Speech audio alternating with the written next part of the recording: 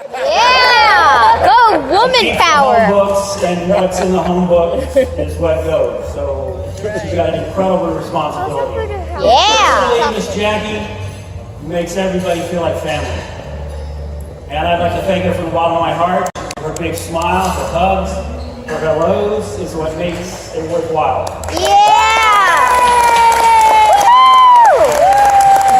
Awesome sauce! When I was at SCSU as a student, a long time ago, we had a basketball coach named Smokey Gaines.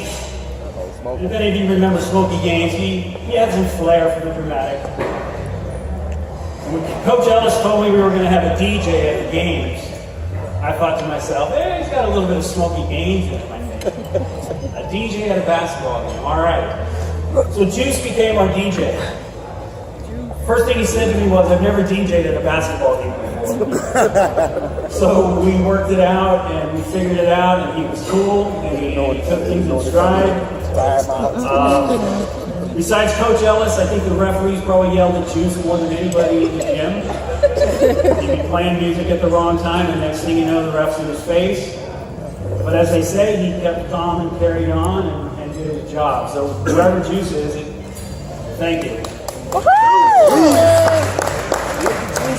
With all these things going on, it was Coach Ellis himself who often I would see before games helping plug in speakers or adjusting a table. And my impression was, with this kind of attention to detail, it's not surprising to me that the varsity team went 30-4. Woo! Yeah! Bosses! And as amazing as that number is, Coach Ellis reminded me of another number this week, 88-10. This represents the whole program at all three levels.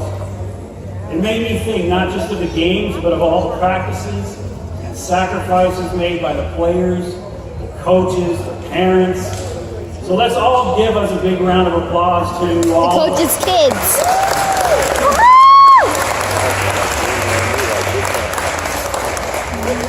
And now, without further ado, Coach Ellis has invited several distinguished guests who've had a great impact on him. The kids. And so first up, Coach John Block. Ooh. John Block played for the University of Southern California and was then drafted by the Los Angeles Lakers and went on to also play for the San Diego Rockets. Yeah. Coach Block was the head coach at Point Loma Nazarene for over 5 years. Woohoo! Ladies and gentlemen, I was saying it. Coach John Block. Woo! I sang it the whole time.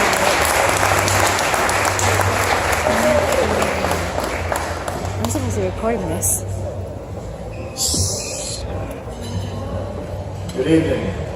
Congratulations to what I think is probably the most amazing group of young men that I've ever been to. I've never heard of a record of 88-10. It's amazing. Congratulations.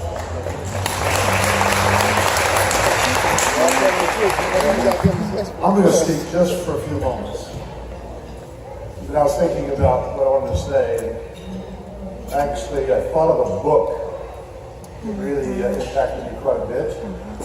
And I wanted to tell you just a little bit about this book and then a person that kind of represents that.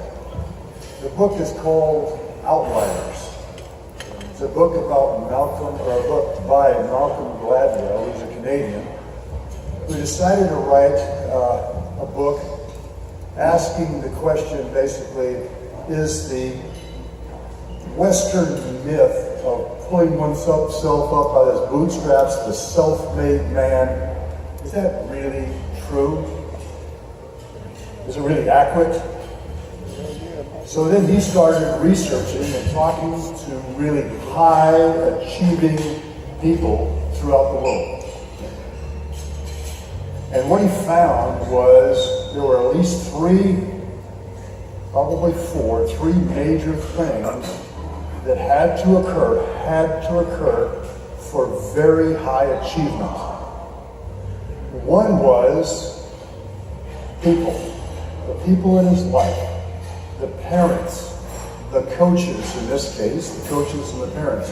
In other cases, teachers, counselors, whoever is those around that support and motivate to be the highest achiever you can be. And I want to be able to really make you understand that I'm using the word achiever rather than success, because success can be defined in many, many different ways. But when whatever field you're in, you can have high achievement. You can achieve really, really great things with people that are supportive or around you. The next thing is circumstances.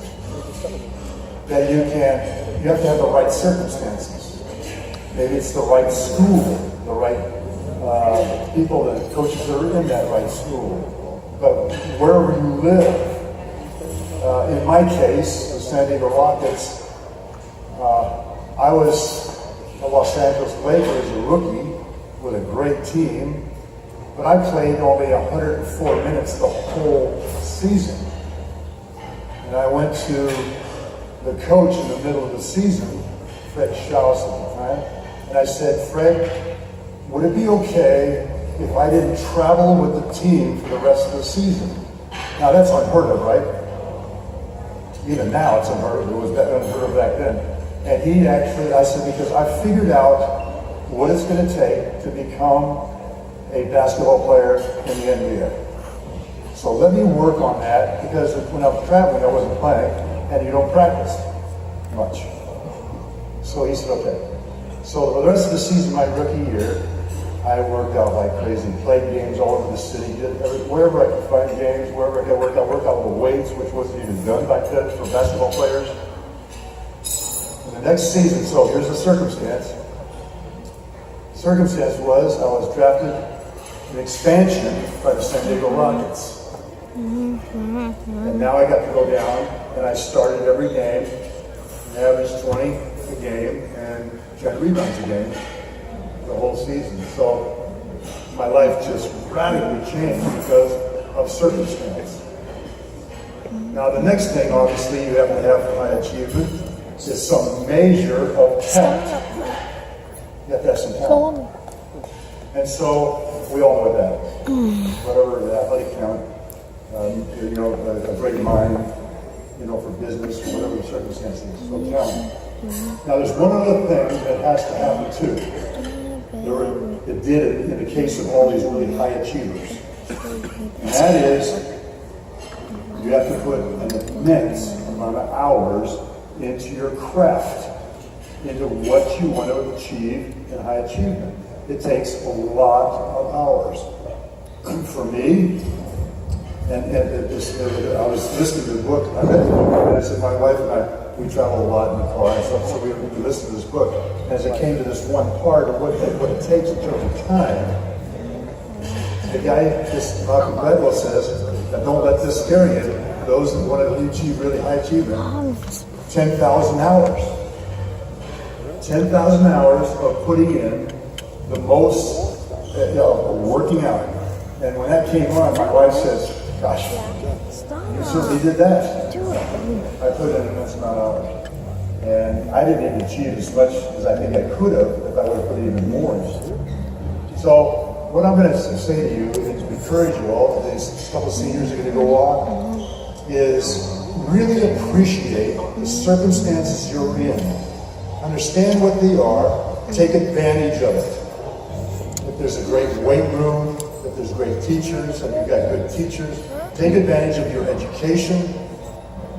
Take advantage of it, please, because I didn't as a college student. I didn't take advantage of my classes and my stuff, and it took me a while later before I even graduated. I focused on basketball, so I achieved that. But education is probably one of the most important things, if not the most important thing you can do. But to be able to really think that it takes hard work, people that you really appreciate. Appreciate your parents and your coaches for what they're putting into you so that you can achieve anything you want to do. And in this country, I don't care who's in power, what the circumstances are, what politics are, I don't care what it is, you have an ability in this country, because I've traveled all over the world, to achieve anything you want to achieve. It's just, do you want to do it? You have the opportunity to do it. Thank you very much.